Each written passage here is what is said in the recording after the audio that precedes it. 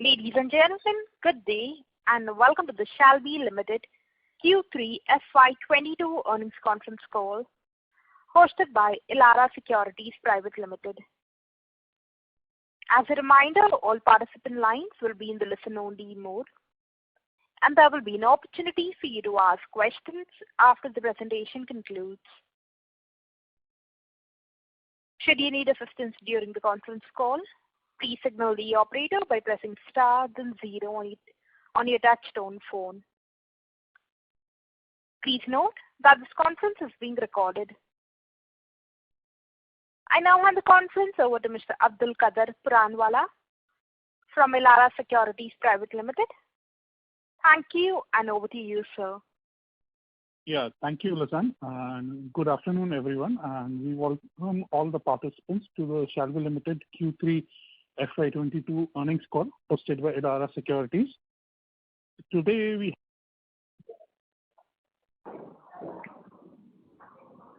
Ladies and gentlemen, the line for Mr. Puranwala seems to have got disconnected. Please stay connected while we reconnect him.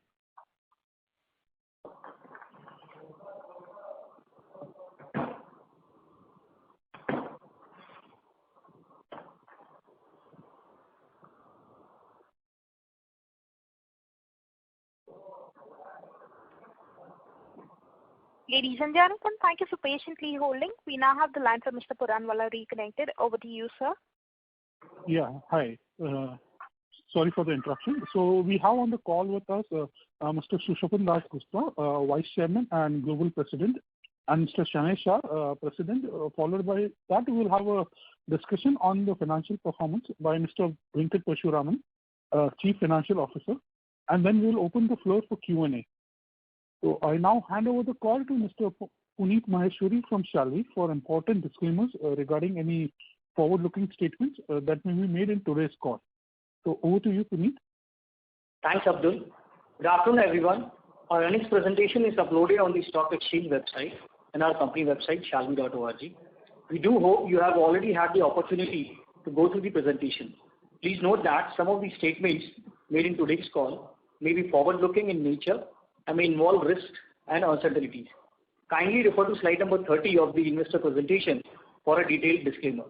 Now I would like to hand over the call to Mr. Sushovan Das Gupta, Vice Chairman and Global President, for his opening remarks. Thank you and over to you, sir. Thank you, Puneet, and good afternoon, everyone, and a warm welcome to Shalby's third quarter and 9-month full year 2022 earnings call. All of us at Shalby sincerely hope that you, your families and your friends are staying safe and healthy. During the quarter, we continue to see a strong recovery in surgeries, increasing by 84% year-on-year basis to clock 5,600 plus surgeries. Generally, the third quarter of a year is always moderate due to festivities, where patients usually postpone elective surgeries. Despite this, by clocking 5,600 pre-COVID period average count of 5,000 surgeries per quarter and recorded the highest revenue numbers for any quarter three in our company history. All of you are aware that there was a rising threat from the Omicron variant of COVID. However, it was fortunate to see that in most of the cases, hospitals. If we look broadly, during the first and second wave of COVID-19, Shalby has stood firmly with patients to provide high-quality healthcare services and even added additional beds to accommodate more patients in need. The paramedics and doctors remained fully committed to save lives during these testing times. Our Shalby Home Care Services was also well received, allowing Shalby to tap on to the vast patient base that it serves. Furthermore, it was encouraging for us at Shalby to see numerous words of praise and positive testimonials flowing in from our patients on how we are making a positive impact in patients' lives.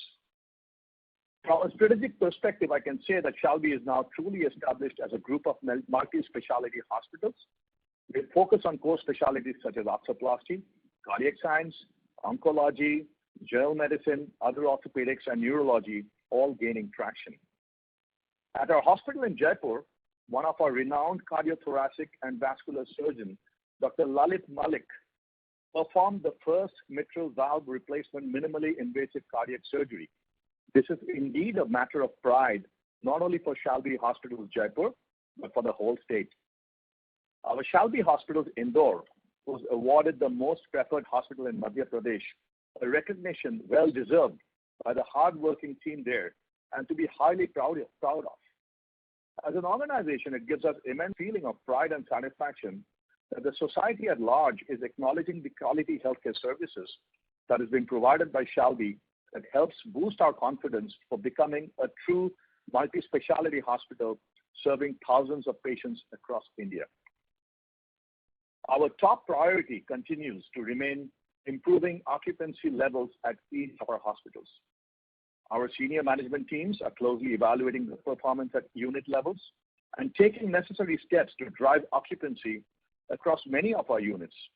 Let me share with you some of the key initiatives that we have undertaken during the quarter to increase our occupancy. We have appointed Dr. Pankaj Shah as the head of Department of Nephrology and Transplantation Medicine, SG Shalby Hospitals. Dr. Pankaj brings 40 years of experience and has received Dronacharya Mentor-Mentee Awards in several countries such as Hong Kong and Spain. On similar lines, we are in the process of getting highly qualified, experienced, and reputed doctors on board at all our other hospitals through direct engagement, focus group meetings, and regular CME activities. Investing in latest clinical technologies like digital spine navigation in Ahmedabad for orthopedics, IVUS for cardiology in Indore, and cochlear implant for ENT in Mohali, we have had a number of patients opting for high-end procedures in these hospitals. We organized free medical camps for joint replacement and orthopedic consultation services in Bangalore, organized 40 camps in the states of Rajasthan, Gujarat, and Madhya Pradesh for healthcare awareness. To further strengthen our position in joint replacement and orthopedics, we have organized national OPDs and camps in partnership with a number of organizations and have been getting very good response. And finally, Shalby marketing team has also launched several innovative digital and market awareness programs with the aim to grow the key segments of cardiology, oncology, neurology, and orthopedics, and strongly reinforce the Shalby brand nationwide. In addition to the above, Shalby is following an asset-light approach under franchise partnerships to penetrate further into Tier 3 and Tier 4 cities to enhance brand awareness and increase occupancy across the hospitals. As you may already be aware, in the last quarter, we have launched our very first franchise-owned and franchise-operated, we call it FOFO as the terminology, hospital at Udaipur. And the performance in that unit is in line with our expectations. We are doing roughly around 10 to 11 surgeries every month now, and the business has grown around 25% on month-to-month basis since its operationalization under the Shalby brand name. Our next franchise hospital will open in Rajkot sometime during the second half of this calendar year, and we remain on course to open 50 hospitals under this franchise model over the next 3 years. Overall, all these strategic initiatives are expected to drive higher occupancy at our hospitals in the coming years, where we are taking a laser-focused approach, as I described above. Now, let me quickly update all of you on our U.S. implant business. During the quarter, we have had significant progress on all the key fronts on our orthopedic implants manufacturing and business in the U.S. We have completed successfully the onboarding of our leadership team with the recent recruitment of a human resources manager and a supply chain director. This will bring in stronger systems, processes, and talent. We now have a total of 55 employees at our Shalby Advanced Technologies company in the U.S. We have significantly turned around our operational capability by 50% with the ability to now manufacture 2,500 components output per month. Just imagine 6 months back, we were outputting around 500 components per month. We are also upgrading our management accounting and payroll processing software to enhance visibility and better productivity across all parameters. Our orthopedic implant business has recorded total revenues of $1.2 million in quarter 3 full year 22, and our year-to-date revenue of $2.8 million starting from May 16 to the 31st of December 2021. EBITDA also has turned the corner driven by gradual changes in customer mix from wholesale to retail, which in turn drove a higher average sales price in the current quarter and a one-time liquidation of some low-value refurbished inventory as well. Our ongoing focus for this business is to re-engage with existing customers, surgeons, hospitals, channel partners through regular management field meetings in the US and also set up better systems and processes. In the next phase later this year, we would like to expand into other core markets of Japan, Latin America, India, South Asia, and Southeast Asia. Overall, with clear strategies in place for our hospital business and our implant business, we remain confident to drive sustainable growth in the coming years through flawless execution and relentless focus. Now let me hand over the call to Shanay Shah, President of our company, to discuss Shalby's performance during the quarter. Over to Shanay. Thank you, sir. Good afternoon, everyone, and thank you for joining in. In our previous interactions, we have emphasized that over the next 5 years, Shalby as a group will build on 3 major verticals of growth, which are the hospital business, the franchisee business, and the implant business.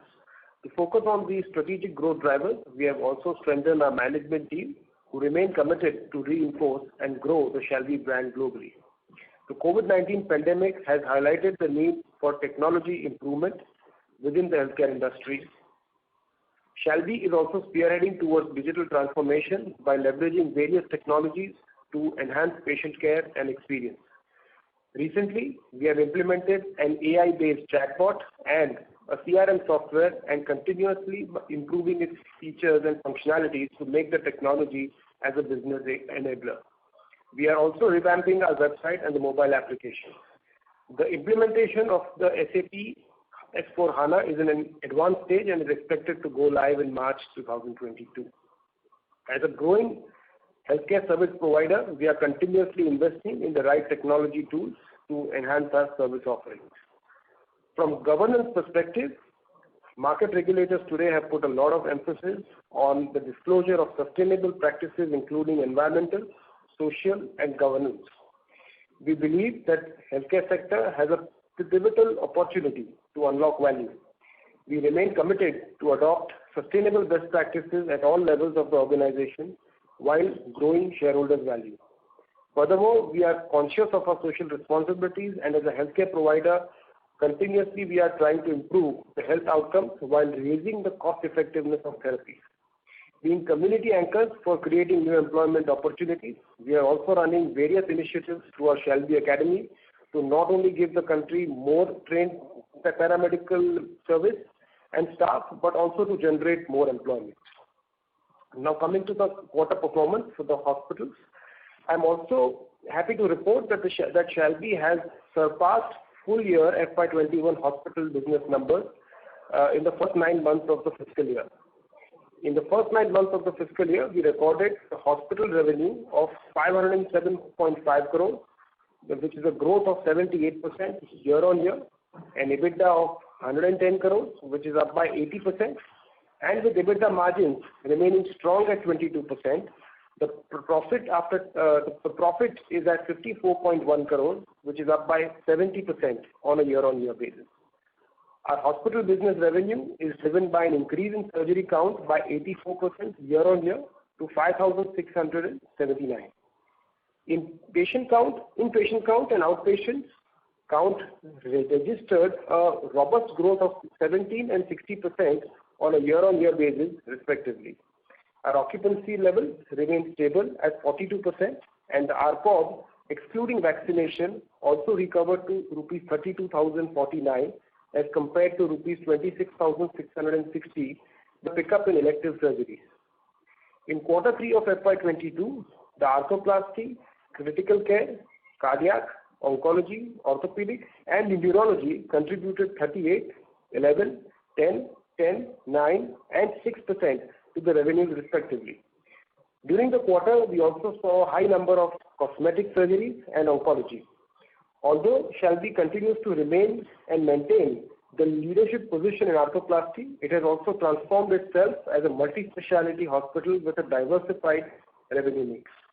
I would also like to take a moment to introduce you to our Chief Financial Officer, Mr. Venkat Parasuraman, who has joined Shalby recently. He's is a chartered accountant and brings a rich experience of over 20 years in the healthcare industry. His previous assignment was with Gleneagles Global Hospitals, Hyderabad, as a corporate finance consultant. Prior to that, he has worked with companies of repute like Healthcare Global Enterprise, Johnson & Johnson, India Bulls Group, etc. Now I hand over the call to Mr. Venkat to present company's financial performance. Thanks a lot, Shane, for your kind introduction. Good afternoon, everyone. I will just walk you through the financial performance of the company. On a quarter-on-quarter basis, the revenue is up 16.2% from the previous quarter. EBITDA is at 331 crores, down 3.3%. PBT is at 17 crores, down 23.3%. PAT is at 12.6 crores, down 22.7%. The cash profit for the quarter is at 21.7 crores, down 15%. On a consolidated basis, the revenue for this quarter is at 165 crores, up 23.2% from the previous quarter. EBITDA is at 31 crores, down 6% from the previous quarter. PBT is at 13.8 crores, down 39.8%. PAT is at 12.9 crores, down 23.2%. Cash profit is at 24.2 crores, down 7%. Coming to some brighter numbers, the 9-month financials on a standalone basis recorded a revenue of 507 crores, up 78.5%.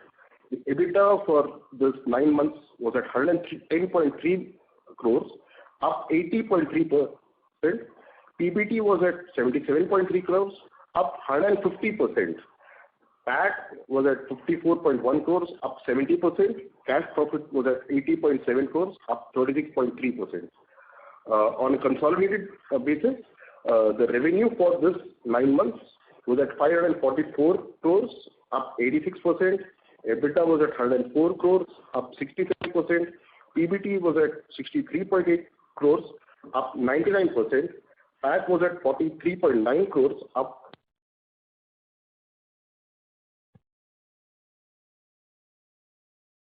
Ladies and gentlemen, the line for the speaker seems to have got disconnected. Please stay connected while we reconnect the speaker.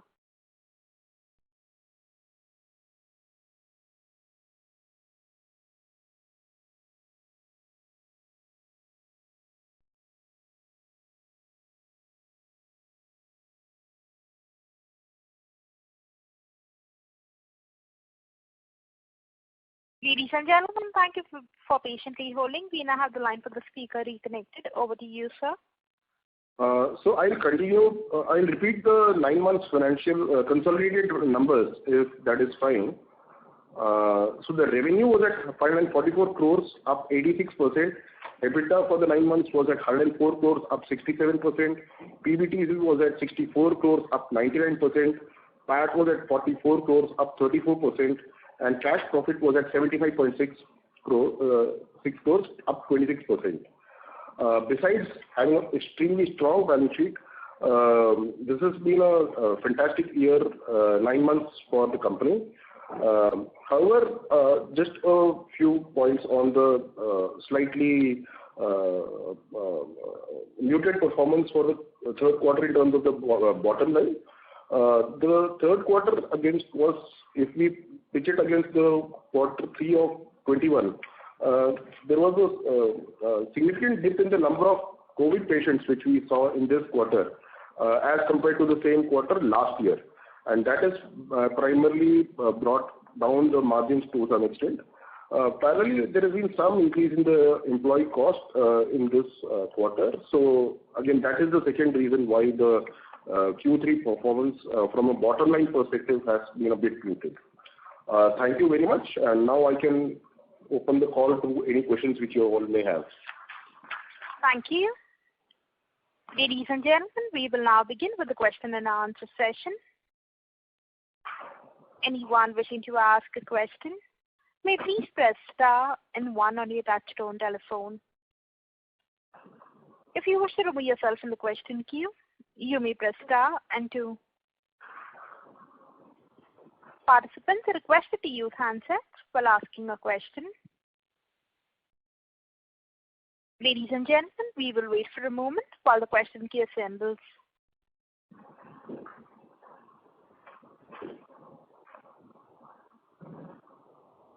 The first question is from the line of Vibha Batra from Fair Connect. Please go ahead. Yeah, I have two questions. One is that our operating margins have been impacted. So what will be our guidance for coming year, FY23? And second is that our occupancy is kind of very, very stagnant. And, you've given very good disclosures in your investor presentation. In that, if we see the older hospitals, SG, for example, there also the occupancy is 45%. So if you can elaborate on, why the occupancy is low and how would you expect it to move going forward? Sure. So, thanks for the questions. With regards to the operating margins, what has happened is that in the first 9 months of this financial year, we have done a lot of vaccination. And because of the vaccinations, the margins for the hospitals are very small. They are to the tune of about 10%. So, the cost of consumables goes up significantly. And hence you have seen that, our cost of materials in quarter 3 of this year has been much higher compared to quarter 3 in last year. Also, last year, it is important to note that about 45% of the revenues actually came in from COVID work. This year, we have done a lot more surgical work, and which means that whenever we are doing more surgical work, it happens that you are using a lot more implants and more consumables, and that is the second reason why the cost of materials are higher. So, with regards to the EBITDA margins for FY22 and 23, we believe that we will remain between the 20 and 23% range, and as the occupancy ramps up, obviously you will see that this number will be inching towards the higher end of the band.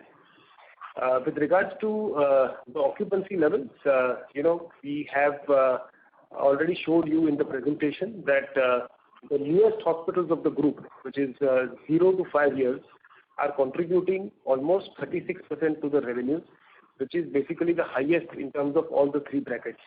The second being 5 to 10 year hospitals with 35% revenues, and the balance coming in from the oldest hospitals of the group at 29%. Right.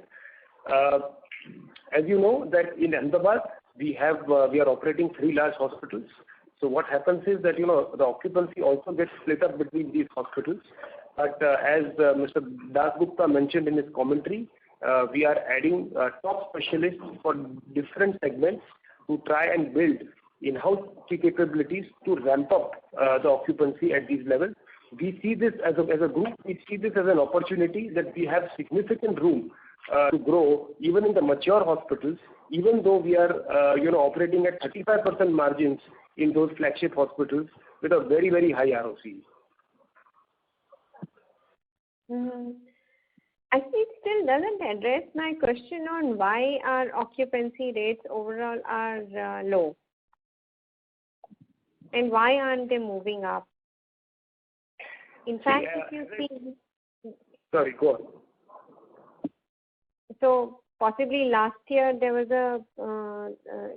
a positive impact of COVID, but ex-COVID, if you were to see the occupancies, my assumption is there would be 42% only for several quarters. See, it is important to note that last year, when you look at a YOY number, last year, because of 45% COVID work, the average length of stay for the hospital was 6.5 days. In this quarter, it was 4 days, right?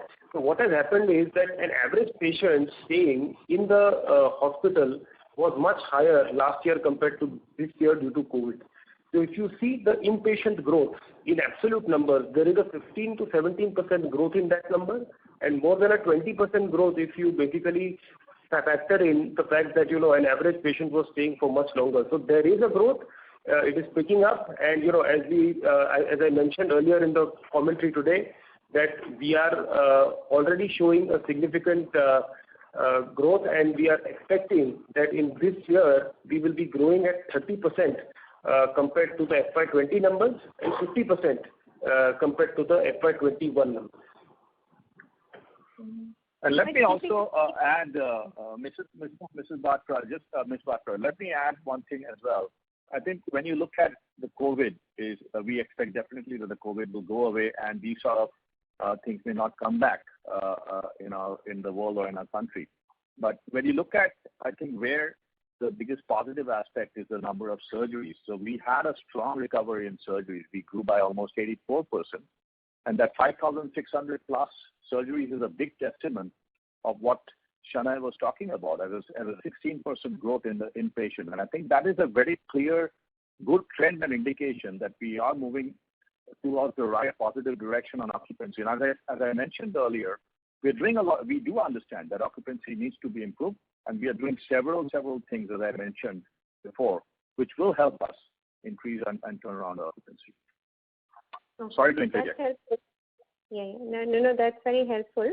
On the elective surgeries, I think last year, because of COVID, a lot of patients didn't opt for elective surgeries. So how is this number vis-a-vis previous year when there was no COVID, say FY20? Yeah, I will answer the question and then I'll let Shania. If you look at the average pre-COVID times as well, the average surgeries are at around 5,000.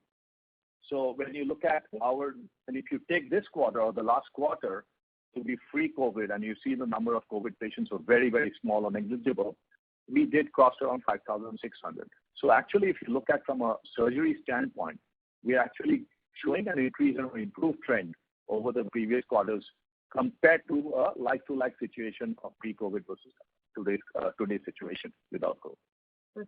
Okay, fair enough. And your strategy to improve occupancy in the hospitals, it seems very low actually for a very established brand. And considering our country where healthcare, actually availability of healthcare is an issue. Yeah, when you look, can you hear me clearly? Yeah. Yeah, when you look at the strategy, and I think what really drives occupancy in the hospital. When you look at the occupancy, first of all, is the brand of the hospital, Shalby brand. So if you look at the several activities that I talked about, we already have a strong brand. We need to strengthen it further. So we are doing a lot of activities to strengthen the brand. Secondly, is the attractive quotient of the surgeons or the clinicians in the hospital. I mentioned her name. I could give you several other names that we are looking at and getting them into our hospital fold in several of our units that will increase our occupancy. Thirdly, I think we are doing a lot of awareness. Even today, even in our country, we do see still that there is a bit of hesitancy coming to a hospital. And that's why we are doing a lot of awareness programs to camps, as well as to our digital blitzkrieg. Our marketing team is working overtime. If you see the number of posts that comes out in the digital social media, with Facebook or in LinkedIn or in some of the others, you'll realize we are doing tremendous effort to ensure that we can reach out to our patients so that they can get quality care in our Shalby hospitals. Okay. I think Dr. Shah also wants to kind of comment on this. Sure. Good afternoon. There are 2-3 things I would like to mention here as far as the occupancy is concerned on the present date. First thing, Shania and Mr. Dasgupta said about patients' fear to come for surgery in a larger hospital. So January was weak, December was partly weak, but it is improving substantially now. Second thing is, until last year in our all new hospitals, we were doing Ayushman and other low-value surgeries, which we have stopped now. So the occupancy has gone down, but better value surgeries are picking up. Further to this, more important thing is, as technology is advancing, our discharge rate is increasing faster. So, previously we were keeping post-surgery 4 days, 5 days, now we are keeping for 3 days. So actually, net value is increasing and the overall occupancy level remains same. So if you see in 5 years, we have grown from 350 crores to 700 crores this year. We might close at 700. So, it is double in 5 years, and you will see that occupancy has not improved a great. Other thing is, the fourth thing is, we are continuously coming up with newer hospitals. So we are expanding. So overall total net remains low when you are expanding rapidly. So, there are 3-4 things which actually affect these things, but it is continuously going up, our top line, our bottom line, our EBITDA, everything. Mm-hmm. Sir, this is a very important data point you've shared, that your top line has doubled in last 4-5 years. And also, the average length of stay is lesser now, and therefore occupancy is, negatively impacted. But, if your average length of stay is lesser, then your margins should have expanded. Because, typically if it's an elective surgery, I tell you, margins, there are two aspects. See, when we are growing, we are hiring more number of people. So, cost of staff also goes up at that moment. And the second thing is, last 2-3 quarters, we have been giving lot of vaccines. And vaccines don't have a lot of margin. It is only 15 to 150 rupees out of 1,000 rupees. So, and the cost of material also has gone up. So cost of material, if you see in detail, it is up by 4.5 crores because of vaccine. So, it is the vaccine which is now going to go away, vaccine part, which is a low margin, high material cost thing. Sure.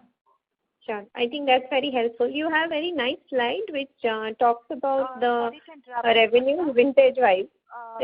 Just one suggestion, that on that vintage, if you can also keep the occupancy and margins if it's possible. That's all. Thank you. We'll take your suggestion. Thank you. Thank you. A reminder to the participants, anyone wishing to ask a question, may please press star and 1.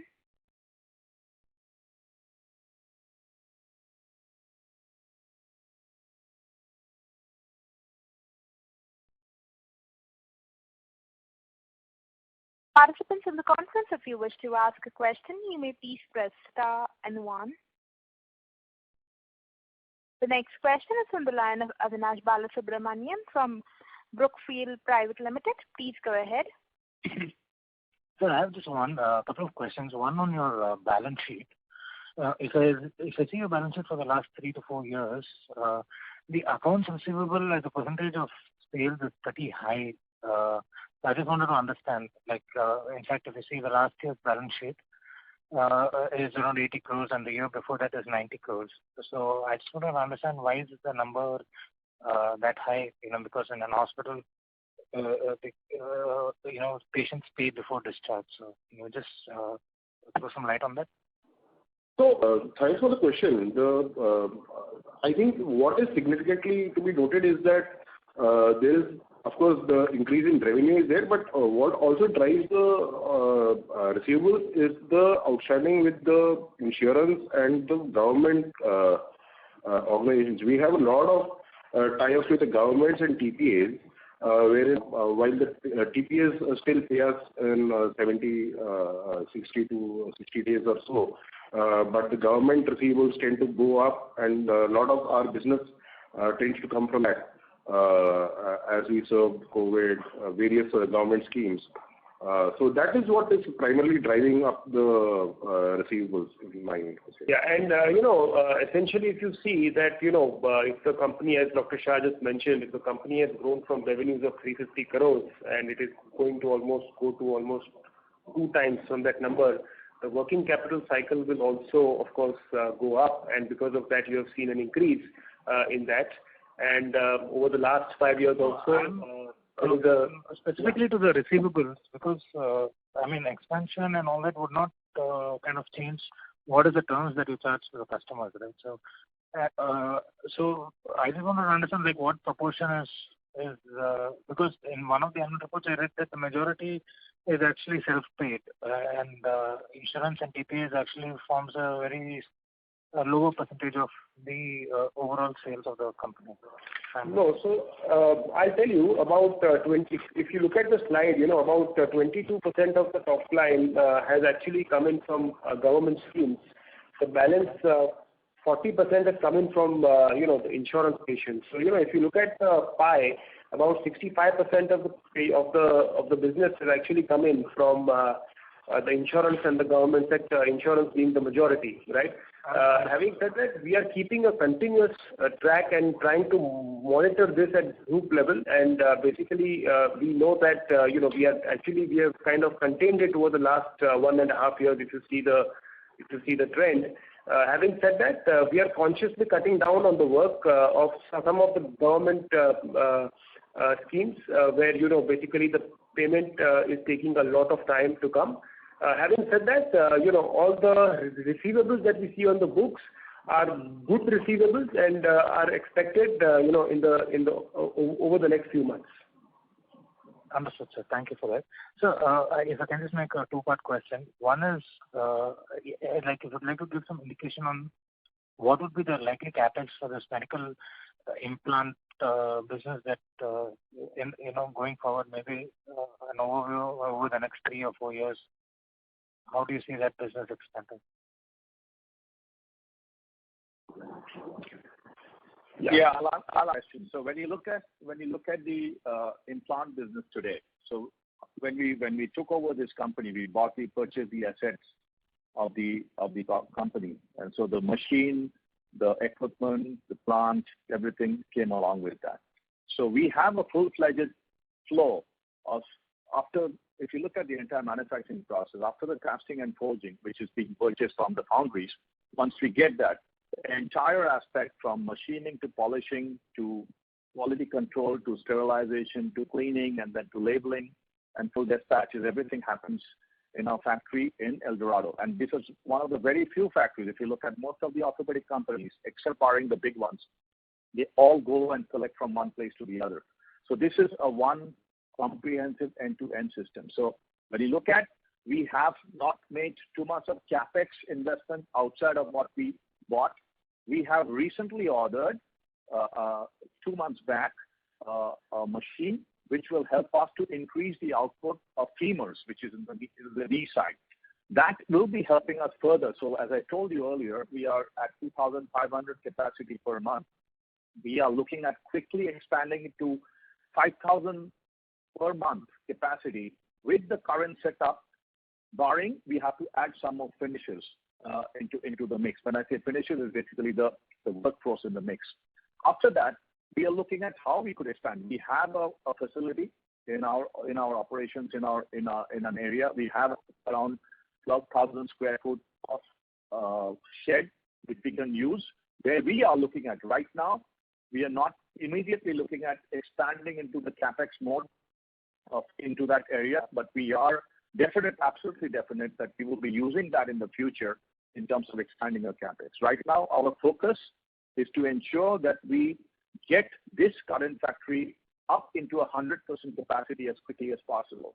Once we get an indication that we are closing to that, we will certainly put in our capex. So maybe in the future quarterly calls, I'm sure we will be talking more about that. Would it be in India or would it be like more capex in the US?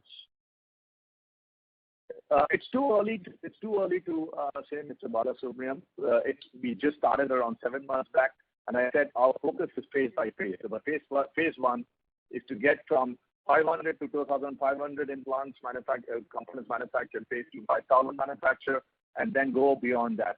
Once we are in this, we could, absolutely. I think we could get into India as well. That would be a part of our plan. But right now, it's too early to come in. I'm sure in the next few months when we speak, I will be in a better position to let you know. Understood, sir. Thank you for that. Thank you. Thank you. A reminder to the participants, anyone wishing to ask a question, may please press star and 1. The next question is from the line of Sanket B from KDA Securities. Please go ahead.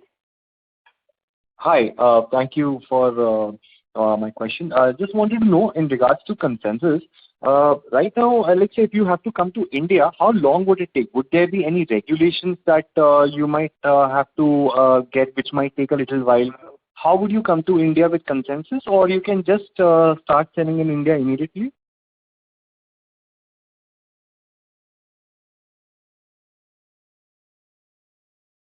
Hello, am I audible? Ladies and gentlemen, the line for the speaker has got disconnected. Oh. Yeah. Okay, I think Mr. Dasgupta will join in and take that. Sure. No problem.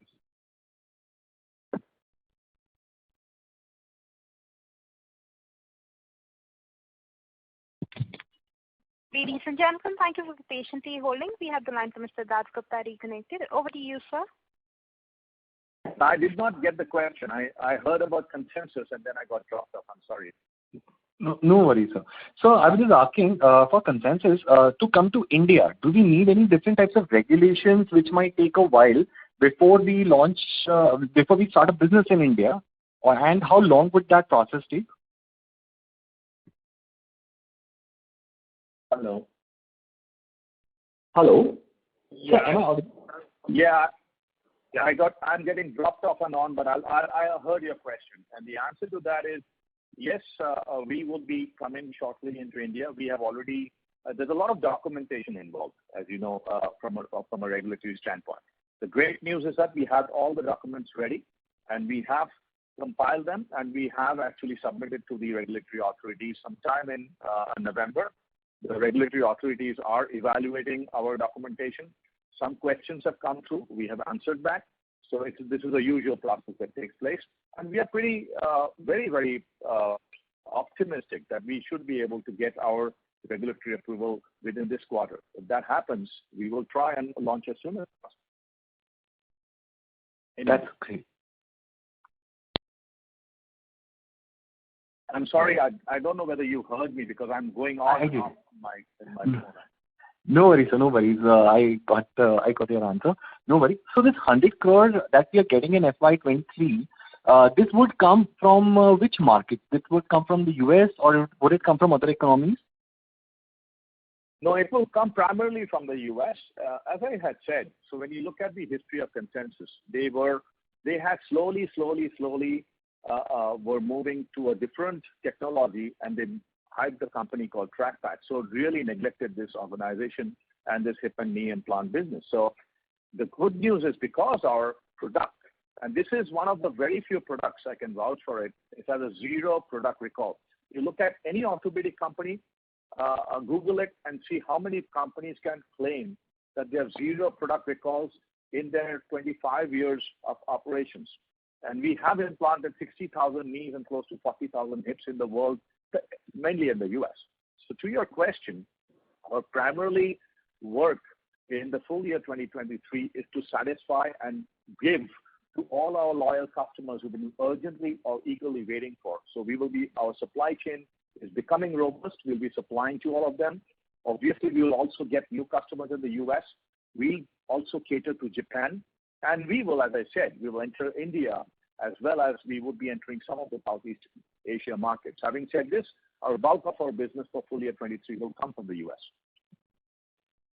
All right. Okay. Thank you. And just one last thing, in terms of the occupancy, what exactly would be a normal occupancy that we can expect, which is normal for a business like ours?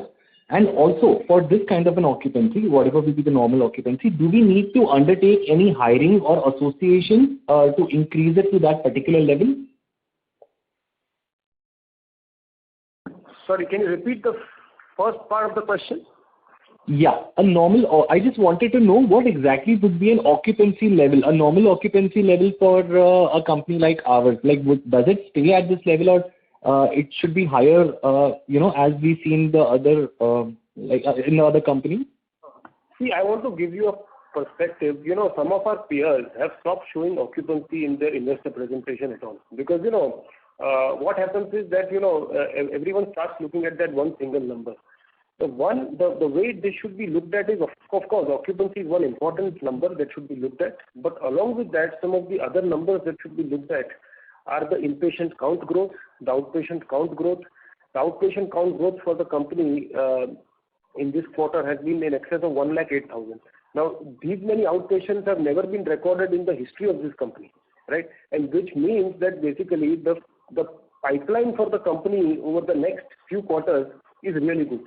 Right. So from that perspective, inpatient count growth should be looked at. Outpatient count growth should also be looked at. How the revenues are growing should be looked at, along with the occupancy. So these are the 3 or 4 things one should look at, along with the trend of the average length of stay for the group. Right. Now, for any hospital group to increase occupancy, by adding star doctors to the hospital group is an easy task. Because, the doctor can come in with his, entire patient base and, you will see that occupancy will go up. However, the only issue with this model is that, your occupancy will go up, you will be able to show the revenues, but because, you will not be able to keep the control on the doctor cost to the revenue for these kind of doctors, as well as the consumable cost. What will happen is that we will not be able to reflect the kind of revenue growth in the bottom line, right? And as you follow most of these hospital groups, almost 50 to 60% of the cost to the top line is actually the cost of materials plus the cost of doctors.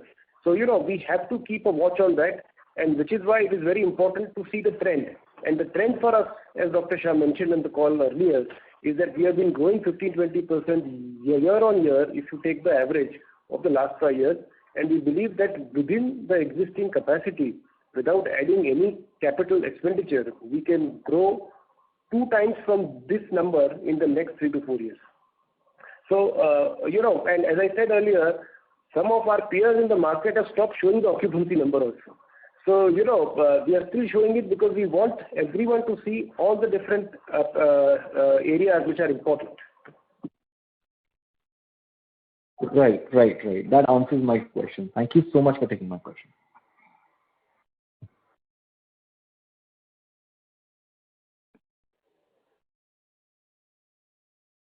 Thank you. A reminder to the participants, anyone wishing to ask a question, may please press star and 1. The next question is from the line of Abdul Qadir Puranwala from Elara Securities Private Limited. Please go ahead. Yeah, hi sir. Thank you for the opportunity. So just first question is on how the third wave has panned out for us as a hospital business. By that I mean how has the January month and so far February been for us? I mean, are we seeing some improved occupancy again and because of COVID, or how is the patient inflow currently? So the way we are looking at things right now, at the moment, the occupancy levels are much higher than the average of Q2 and Q3 for us. And the good part is that, we don't have too many COVID patients admitted. So, we are able to continue with the elective work that we are doing.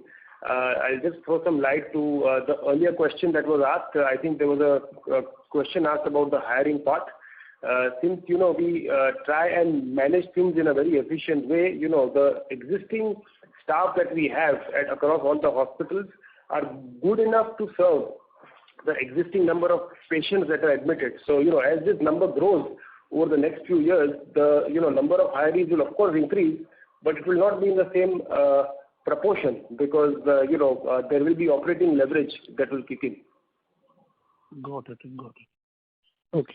And so my second question is with regards to the payer mix. So, just wanted to broadly understand for you, as a hospital and for the broader industry, that if I look at your presentation, the self-pay or the cash patient count has decreased quite dramatically. If you see from last your same quarter, it's now close to 36%, while insurance is moving up as well.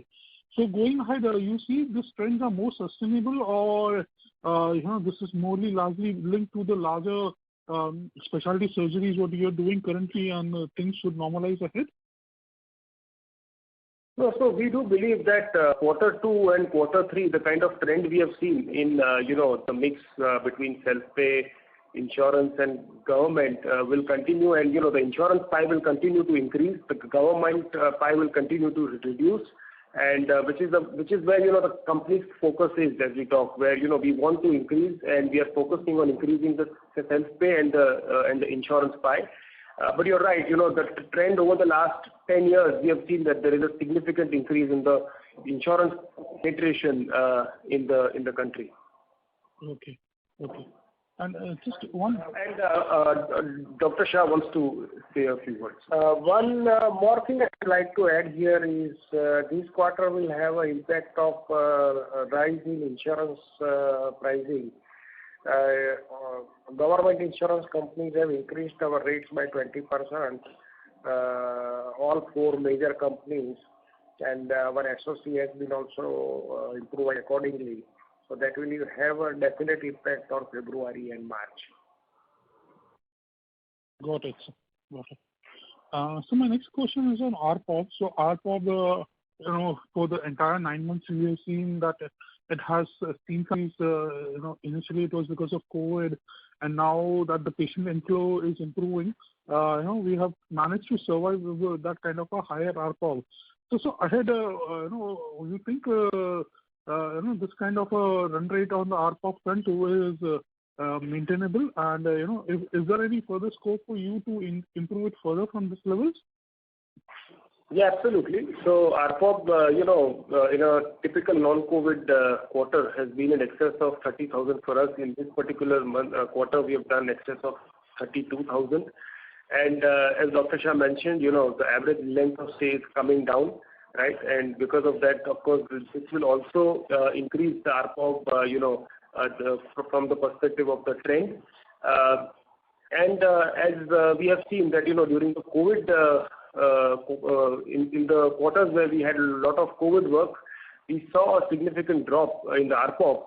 But we believe that this trend of 32,000 plus kind of RPOB will continue for us, looking at the current trends for the company. Sure, sir. And so my final question was on the implant business. So, I was seeing the presentation, the implant business is already break even on EBITDA. In fact, we are slightly better than that. So, sir, are we still maintaining our revenue guidance? And, at what point of time would you believe that, this business can generate a company level EBITDA? Yes, we would be looking at the income accretive full year 23. That is a plan. And for that, as we mentioned, we are trying to not only increase our sales, but also try and increase our mix of sales. So when you look at the business that is there in the US, it has a mix of retail and wholesale. The average realization of pricing is more in the retail. So we are moving from when we started that business, the wholesale business was almost 90% and the retail was 10%. We are moving to a much better ratio going forward. Every month we see an improvement in the mix. So our plan is to get a reversal in the ratio where our retail ratio will be much higher than the wholesale ratio, which will give us a much better realization. And that in turn, with our efforts of getting our costs correct, we are ensuring that we get reduction in our manufacturing costs, as we call it, bleed the assets as maximally as possible. We should be getting into an income accretive full year 23. Got it, sir. And I wish you all the best. Thank you. Thank you.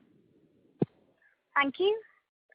A reminder to the participants, anyone wishing to ask a question, may please press star and 1.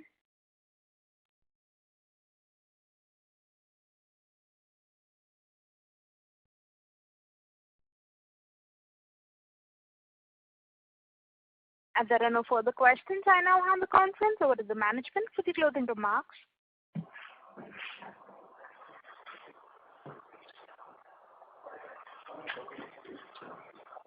Thank you everyone for joining this call. Thank you, and thank you very much, and I look forward to seeing you again in the next quarter. Thanks a lot. Thanks. Thank you, sir. Thank you. Ladies and gentlemen, on behalf of Elara Securities Private Limited, that concludes this conference call. We thank you for joining us, and you may now disconnect your lines. Thank you.